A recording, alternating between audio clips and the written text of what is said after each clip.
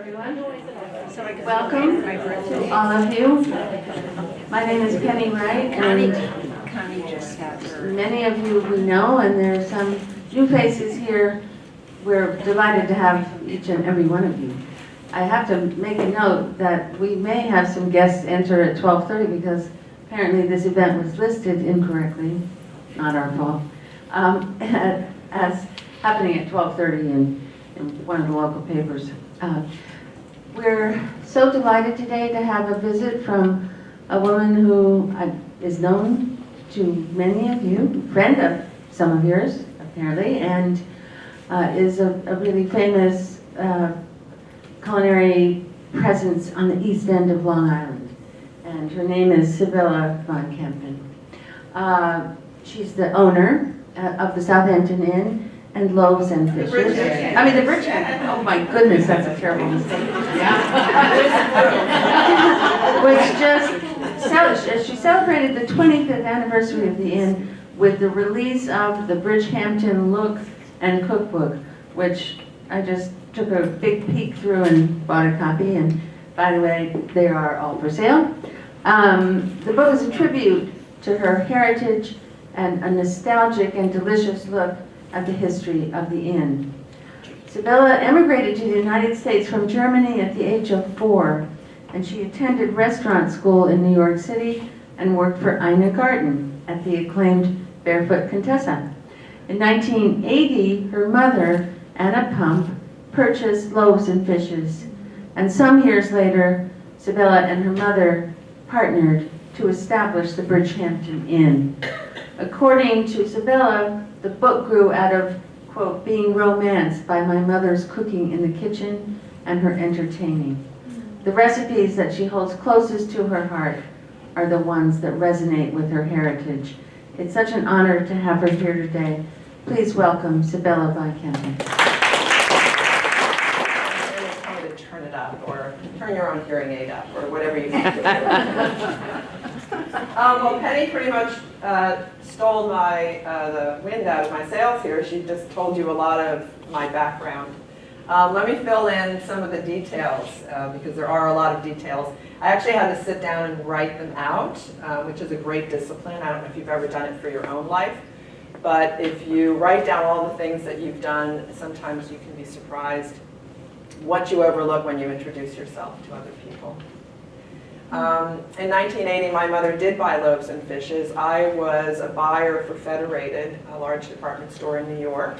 I'd been living in New York for 8 years. And on weekends, I would come home and make guacamole and ziti salad. And then Mom would say, well, guess what? Next week we have a party. Can you come earlier? And then I would plan my summer vacation every year. And one year I got a phone call in August while I was in England that said, I really need you to come home early. And that's how it started. So I went to a completely different career in the fashion business, and my mother always had that little string pulling me back, pulling me back. And I think, telling you now with my own children, you can't make them come into the family business. They have to come to the trough. You have to make it appealing, you have to love what you're doing, you have to be the example, and I think that's true, not just encouraging your own children, but encouraging employees and the people around you that work with you. So that was an exciting time, and my mother said, well, so we worked together for 3 years, and then she said, well, you know, I'd like to give you some shares in the business, but you have to bring something more to the business, so you have to go to cooking school. Mom did not have a degree. She was literally running by the seat of her pants, just like Ina Garten. Those two had worked together for a year, and they just loved cooking. They loved entertaining. They fed off of each other, literally, no pun intended. And so they almost became partners before Mom bought Loaves and Fishes. So Mom recognized education. She was always about education. She said, if you don't know it, you better go find out so you know what you're talking about. So I did. I went to cooking school. I got my chef's degree, gave up my apartment in New York, and joined Mom full time. That's now 39 years ago. So what I had thought and set myself out to do was in one direction. What I actually ended up doing was in completely the other direction. And I have to say, you know, after my mother passed, losing her so suddenly, it was amazing. I was able to tell my brother, you know, that I actually had the gift. I was able to spend all those years working with my mother, which was really pretty amazing. I feel like she's with us now. She's telling me, you know, watch out, make sure the soup doesn't burn, and make sure you say hello to everyone, all those things. I actually grew the catering at Loaves and Fishes.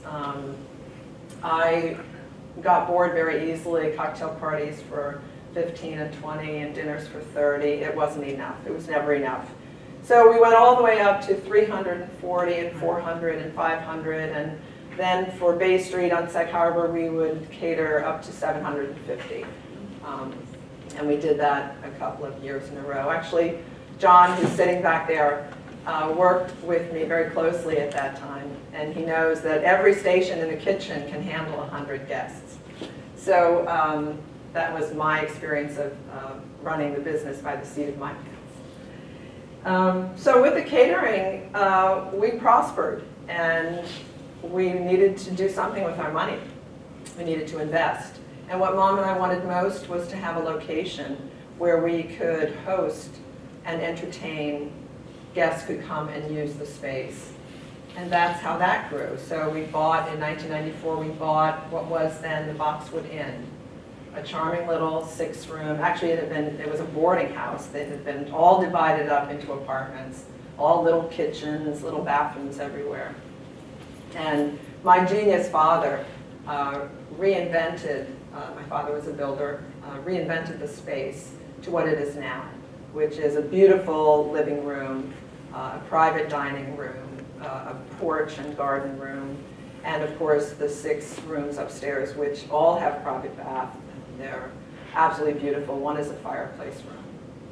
Everything restored to its natural and original condition from 1795. So it's been quite a joy working in that building all this time. In 2003, I remarried for the second time a younger man from Holland, and we wanted to work together. We decided to go into our lives together and spend it together instead of each of us going off in a different direction and working somewhere else. I know that doesn't work for everybody. You can't all work with your spouses. I'm sure you have stories about that. My mother always said she couldn't even move a table with my father. But we did. So we opened up Loaves and Fishes Cook Shop, which you might be familiar with. It's in Bridgehampton. That business was there for, I guess, 13 years, and the gentleman who owned the building kept promising me, of course I'm going to sell it to you. Of course I will sell it to you.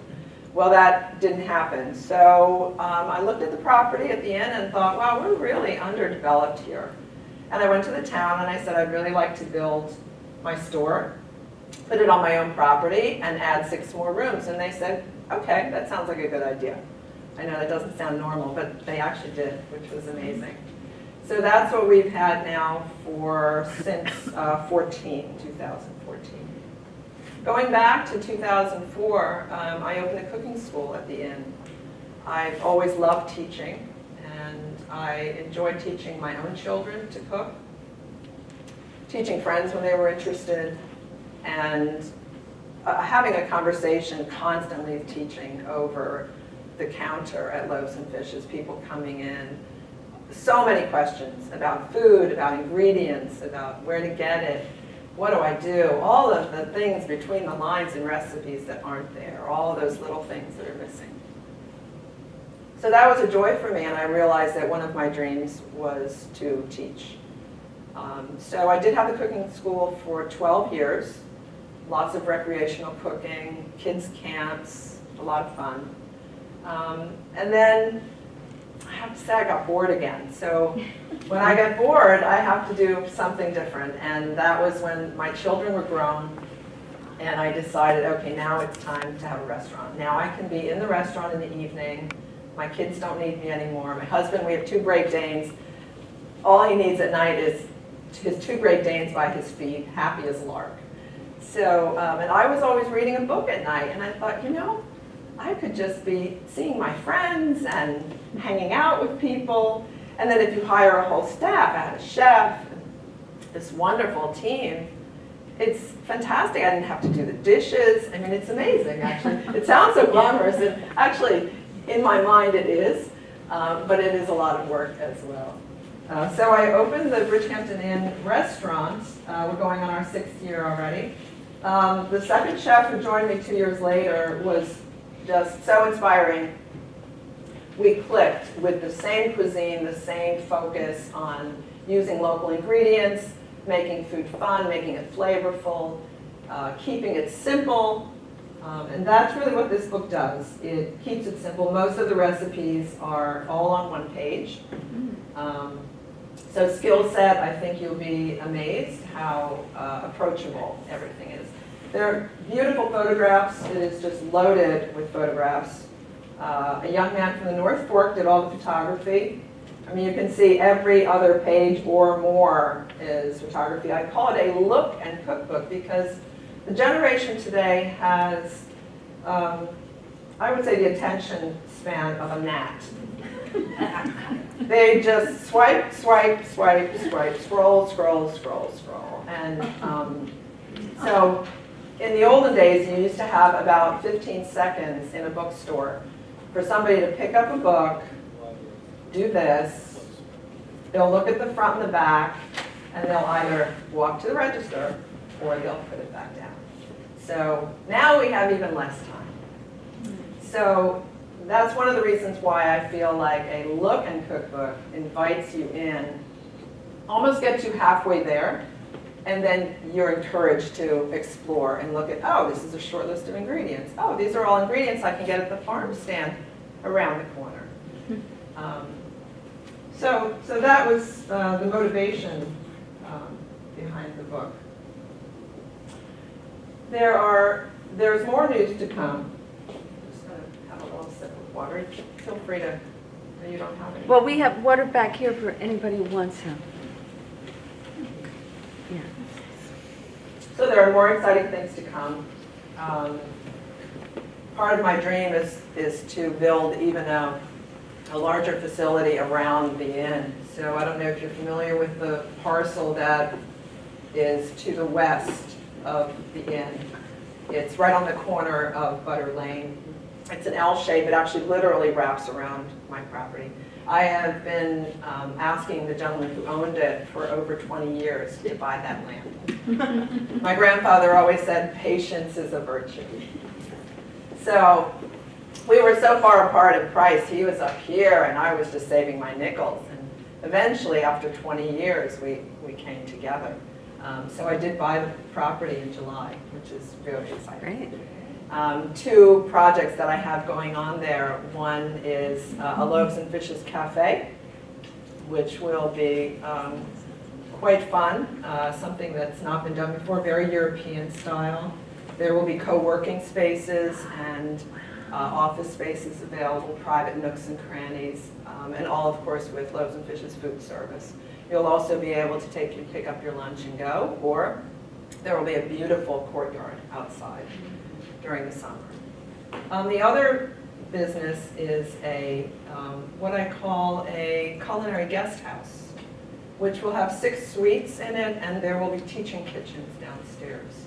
There will be an event space for wellness, lots of wellness things, getting lots of people in from the community or outside the community that know things about food, things about growing organically, things that we all don't know that are right in our neighborhood. There are so many knowledgeable people in this community. There will also be a yoga space. And above the Loaves and Fishes Cafe, the town makes me put in affordable housing. So I'm putting in senior affordable housing, since I'm a senior now. Seniors are 55 and over, and they are a category of affordable housing, so I'm quite excited about that. So what else can I tell you about myself? I think you've got the royal rundown. I have one brother. He lives in New Jersey. He is a retired helicopter pilot from the state police. He used to fly the medevac helicopter off of the roof of the Newark Hospital. He now has a farm and has horses, and his wife makes the jams that we sell in the store.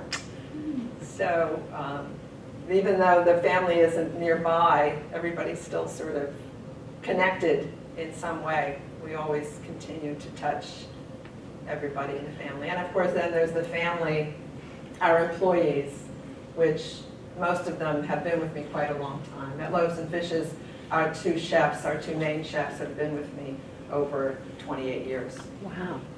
Penny, did you have a question? Do you mind talking a little bit about your other cookbooks? Oh, right, yeah. So these books, so Mom published 4 books in total. This was the first one, published in 1986. One of the originals, we've reprinted it 5 times already. It just keeps on going. It's timeless. Mom had the same philosophy, keep it simple, a recipe on 1 page. Very, very easy. And entertaining for all year round. The second book, Mom and I wrote together, it's out of print. That was all about parties and catering, which was my forte. This is one we've also republished, Country Weekend Entertaining. This was when we first bought the inn, and we would do catered events there. So these are a lot of those recipes, and there are breakfast recipes. The inn serves breakfast to the public every morning from 8 to 10:30. So if you don't feel like cooking, I know you guys go out for breakfast, don't you? I've seen you go out for breakfast, no?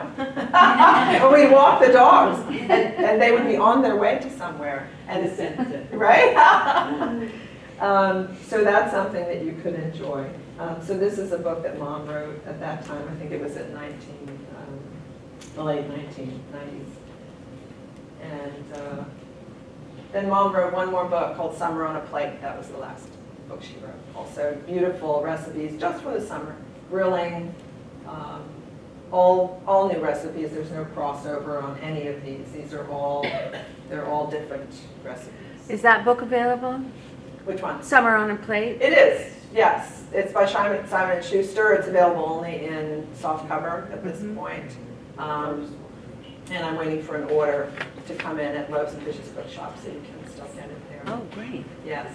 Yes. I have a question. What part of Germany did your mom come? Well, we were I am all... from Prague, Czechoslovakia. Yes, And we yes. have a lot of cooking, cuisine from München. Oh, you do? From Munich. Yes. Yes. Well, I was That's born wonderful. all the way up north by the Oh, Danish that's border. completely different. It is very different, yes. As a matter of fact, it's very much like Long Island. So there's a narrow, if you look at the map, there's a narrow strip of land that goes up to Denmark. There's the North Sea and the Baltic Sea on either side. So just like here, where we have water on both sides of the island. The crop that we grow there is potatoes. Very similar to here, which is one of the reasons my parents came here. They felt suddenly like they were home again. So yeah, it's a very small town. It's called Flensburg. My brother and I were both born there, and of course my parents were there too. My grandparents come from Friesland. I don't know if you know. Yes. From Friesland, and my husband comes from Bridgehampton, Holland, so on the northern border of Holland as well, which is also on the border. So the Frisian Islands connect those two areas. So we were born basically on the same parallel line. We didn't know each other then, but things happen. I know that Yes. part. We used to go camping in Minden, not Minden. What is the island there? Fua? No. Give me something. Oh my gosh, there's so many islands there. Yeah, There's- I know. Yes, I know, yes. that's the one. That's a beautiful place to visit, by the way, if you've never been there. It's absolutely gorgeous. Flensburg is a harbor community, and all of the villages in Denmark are just spectacular. They're these old, quaint, very storybook, and the tide rises like 12 feet. You go in the afternoon, and then you leave, and the boats are all sitting on the silt because the tide is, there's such a difference in tide. And it's Yeah. always windy there. It's always windy there, yes. That's why I always think the North Sea here, they Yes. call it North Sea for the reason. Yes. When you are on the beach in July, Yeah. people dig holes to be able to sunbathe themselves Yes. because of the wind. Yeah, I do that here. I dig holes, actually. Yeah. I know that area quite well. Exactly. So I brought some yummies for you from the book. One is a quinoa dish.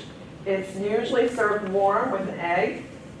And so since we don't have the facility for that, and I'm not your short order cook today, this is how it originally looks. But we've turned it into a salad, and I think you'll enjoy that. And also the Long Island kind of chowder, which is our own version of chowder.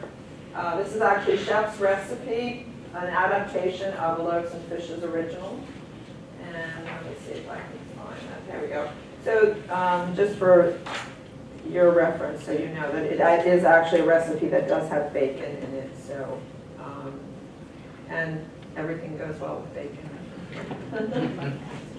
So, Isabella, Yes. now, should we come up there, maybe table by table, or would you like us to get a tray and serve this? How would you like to do that? No, I think let people come up. Okay, Table then at a maybe time. after we try this, could we ask you some cooking questions? Sure. Okay, good. Sure. All right. Absolutely. Yeah. All right, so, Let's see if I can. Questions. So I'm going to give this microphone to Isabella, and you can go ahead and ask. Okay. Whoops. All right. Before we go to the Q&As here, I just want to mention something else that's on the roster. So the same team that produced this book, my graphic designer, Connor Harrigan, my photographer, who's super talented, and my assistant, Leisha, who just had a darling little baby. She has an 8-month-old daughter, who comes on all the photo shoots with us. And she's in the book, actually. She's in the book in her mom's belly. And she's in the book after she was born. So we started this series. It's called the Farm Series, and it's Loaves and Fishes visits the farmers. It's super exciting. It's been so gratifying for me. We're on farmer number 8, and every farm gets its own book. And Joe, maybe you'll stand up. Joe's from the Green Thumb, and Joe is actually book 1. She's the June book, and her farm is featured. She's in a lovely photograph with her mother. It was strawberry season, if you can go back that far, which is now coming around again. Yes, yes. And so every month is a new book. They're going to be little gift books. They're going to be about $15, $16, a wonderful gift to share. And all about the local farms and farmers and a little bit of their story. So we would go to the farm each month, a different farm, and gather 6 ingredients and bring them home to the kitchen, and then make 20 recipes out of it. So then there are little smart tips, little tips of, little techniques and things that we've found out all through our years of cooking, and things that we can pass on from the farms. Very interesting. Joe's farm, the Green Thumb, I'm sure you all know it very well. They're organic and have gone in that direction. The generations have not always chosen that direction, and so that's something quite unique about them, and their products show the amazing flavor profile and dedication of going that extra margin. And I look forward to showing you all the book. The first 3 books, June, July, and August, will come out the end of May, so look for that. It's going to be quite exciting. There'll be some parties and some food and things like that. Does anybody have a question? Now that you have the book, if you can look through it. I don't know if you have any cooking questions, but you can contact us. So you can email us, you can contact us, you can call us. We're used to answering questions on the phone, even on the fly, when you have something that's just about ready to turn into a disaster. We might be able to save you. I have a question. Sure, Penny. After all of these years cooking for other people and having restaurants and stores, do you still love to cook? And if you're at home in the kitchen and you can do whatever you want, what are some of the things you would cook? I do cook. I'm in the restaurant. Well, this is what my day is like usually. I get up somewhere between 6 and 7. I read the newspaper. I read the New York Times every morning, cover to cover. And then we take the dogs for a much shorter walk than we used to. We have 2 Great Danes. They're now almost 11 years old. And they need us. They're needy, but they're darling. And then I clean my act up and go to Loaves and Fishes, the food store in Sagaponack, and I'm usually there till 3 o'clock. I still make the menus every week. Menu changes every week. I hire the staff. My eldest son, I have 3 children, is the manager of Loaves and Fishes. So I'm very, very fortunate to be in a position where I can literally just walk away when I'm ready. So at 3 o'clock, I do one of 2 things. If it's in the summer, I go home and go for a swim. And if it's winter, I go to the restaurant and I hang out and we talk about food or events or new wines, or we taste new wines, or sometimes we meet John. John sells advertising from the Independent, so we know each other quite well, amongst many other things for the last 40 years. And then I usually stay in the restaurant. My husband and I have early dinner in the restaurant most evenings. We're always quality controlling. I eat lunch at the food store, I eat dinner at the restaurants, so I always know what everything tastes like. But then there are my days off. So my days off are Monday and Tuesday, and I'm always cooking on Mondays and Tuesdays. And sometimes I won't go in the restaurant in the evening and we entertain on a weekend as well. My favorite things to cook are one-dish meals. I love throwing things in a pot, putting the pot on the table and saying, okay, dinner's ready. That's my favorite thing. And one of my go-tos is always chicken in a pot. Just cut a chicken up, brown it, add whatever you have. If you have leek, if you have bacon, if you have thyme in the garden, if you have any herbs at all, they're always great in there. And then I do it either with vinegar and chicken stock, or, and I happen to love sherry vinegar, or I just, if I have no chicken stock or anything, I throw a bottle of wine per chicken. So you actually have to pour the wine out of the bottle, but you pour it over the chicken after you've browned the pieces, like onions, shallots, whatever your flavor profile is. And then you just add a bottle of white or a bottle of red or a bottle of rosé. So put a good wine in there, because if you don't start with a good ingredient, you'll end up with something funky. So, I know you can have a little sip before you put the bottle in, but make sure most of it goes in the chicken, because the chicken's going to want it. That's a standard thing, because I do that. If I have 2 chickens, I pour 2 bottles of wine in, I put the top on, let it come to a boil, throw it in the oven, and go entertain my guests, or go for a swim in the pool, or that's my favorite way of entertaining. Why would you cook it in the oven rather than on the stove top? Does it matter a lot? Yes, it does, because the stovetop is a little more aggressive in its heat, and so it has a faster rolling boil, which is aggressive to food. Okay. That's why you would just bring it up to temperature and then put it in the oven, and that has a steady temperature. It will cook, which is the science of food, but of cooking products. It will cook it through, but without that aggressive movement of stimulation. Okay. What would you Yeah. serve with that? I love a mash. I love mashed potatoes. And It's going to have great gravy. it's gonna have great gravy, yeah, Something- yeah. And a lot of times I'll just pull the chicken out and then I'll let the liquid reduce till it becomes a nice thick gravy, which is just delicious. I love green beans. I love all green vegetables sauteed. I love garlic sauteed with spinach, anything like that. But you could throw those potatoes into your chicken, and you could throw any vegetable into your chicken, and you have a one-dish meal right there. So the potatoes in there, when you're eating it, you kind of, I don't know if you like this, I did when I was a kid. I started very young doing this, mashing the potatoes on my plate, and then stirring it with whatever was in there. I still like that.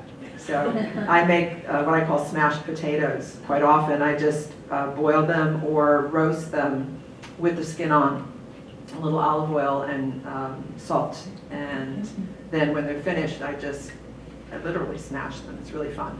You can just smash them. But that's your inheritance, that Eintopf. Everything that's An Eintopf. typical for Northern That's German. exactly right. Everything in one.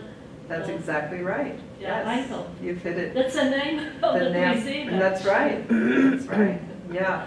My grandparents, when my mother grew up on a farm, And it was during the war, and there were a lot of people, a lot of mouths to feed. The men were away, the women had to do all the work, and they had to feed people, and it was hard to get ingredients. So my parents were very lucky that they lived on a farm. They were the ones that were rich during the war. They were the ones that had to share with those that didn't have. And my mother went to a finishing school after the war to learn to serve and cook and entertain and all those things that's what you were raised to do. So, yeah. What book is the chicken dish in, the one pot chicken dish? It's not in any book yet. That's really funny. I never thought about that, but I've never put it in a book yet. But you know what? I'm going to put it in one of the Farm Series books. So keep an eye out for that. You'll want to collect the whole series. It's all about the farmers in this area, and I mean immediately in this area, from Foster to the Milk Pail to the Halseys on Deerfield Road. They all have a book. So it's quite exciting. What's the next one? The next one, well, Green Thumb is June. July is the Foster Farm and their distillery. And August is the Jim and Jen Pike. I think you all know them. They're very interesting. Their story is very different from everyone else. They have no generations. They are the first generation farmers. And I think that's an exciting story. That's something that I hope that story will continue and be shared and inspire other young people to farm. Helping them and other farmers to. Right. September is Adam and Beth Halsey, who own the Halsey Nursery and Farm Stand. And October is the Milk Pail. And November is who we're shooting now. It's Mecox Gardens. So it's Art Ludlow and his two boys. I don't know if you know his boys, John and Peter. They're both musicians, which is super cute. John plays the saxophone. Peter plays the organ in the Presbyterian Church in Southampton. But Peter runs the farm, and John makes cheese. So that was quite something. And I met all of their Jersey cows have a very high fat content. That's why they use them. And they all have names. Every cow has a name. It's the cutest thing you ever saw. And I met the turkeys. So they're November because it's Thanksgiving. So we've got a turkey from them. I don't know if you've ever had the experience of being near a turkey farm, but when you see, 600 turkeys, when you walk up to them, they think you're going to feed them. And they come running to you. Like they're on the other side of the field and they see you walking up. 600 turkeys like this, doing this. It's the funniest thing. It's just the funniest thing. If you ever have the opportunity, it's a crazy thing. Yeah, and then December is the Goodale farm from the North Fork. The Goodales have goats. They make amazing goat cheese. They also have cows. They have milk, and we sell their milk and their goat cheese at Loaves and Fishes. So getting to know all these farmers is it's amazing. May is Saturn Farm. Eberhard Mueller, I don't know if you know Eberhard, he is a 4 Michelin star chef who met Paulette Satter and fell in love and walked out of the kitchen, walked onto the farm. And they are amazing. We've been able to have a nice friendship with them. They have such a high standard as well. They farm on the North Fork. They process all their greens on the North Fork. And then in the winter now, they have a farm in Florida, and they literally send their trucks down to harvest. They bring all the stuff up here, so it's under their watchful eye, the washing, the processing of the greens. It's quite impressive. Yeah. Or you were going to have another question. Did you? Will each farm stand have that book? Yes. Yes. If you go to purchase. And they have to sell everybody else's books, too. Okay. Okay. Farmers are a family. It's not one against the other. They help each other. And as a matter of fact, I was with Mary Lee Foster the other day, and I was asking her about something, and she said, oh yeah, Adam wants to buy a tractor from me. Adam Halsey is a collector of machinery, and if you ever have the privilege of going into his barn, he has this huge barn, and on the entire side of the barn is nothing but the most beautiful tractors and machinery, all antiques. Crazy. Crazy. That's in the book too. So it'll be fun. What else? More questions? No? You're all gonna go home and cook, right? Yes, we And then you're are. gonna call me about that one pot chicken, right? That's right. Thank you all for coming. What a pleasure. I hope to see you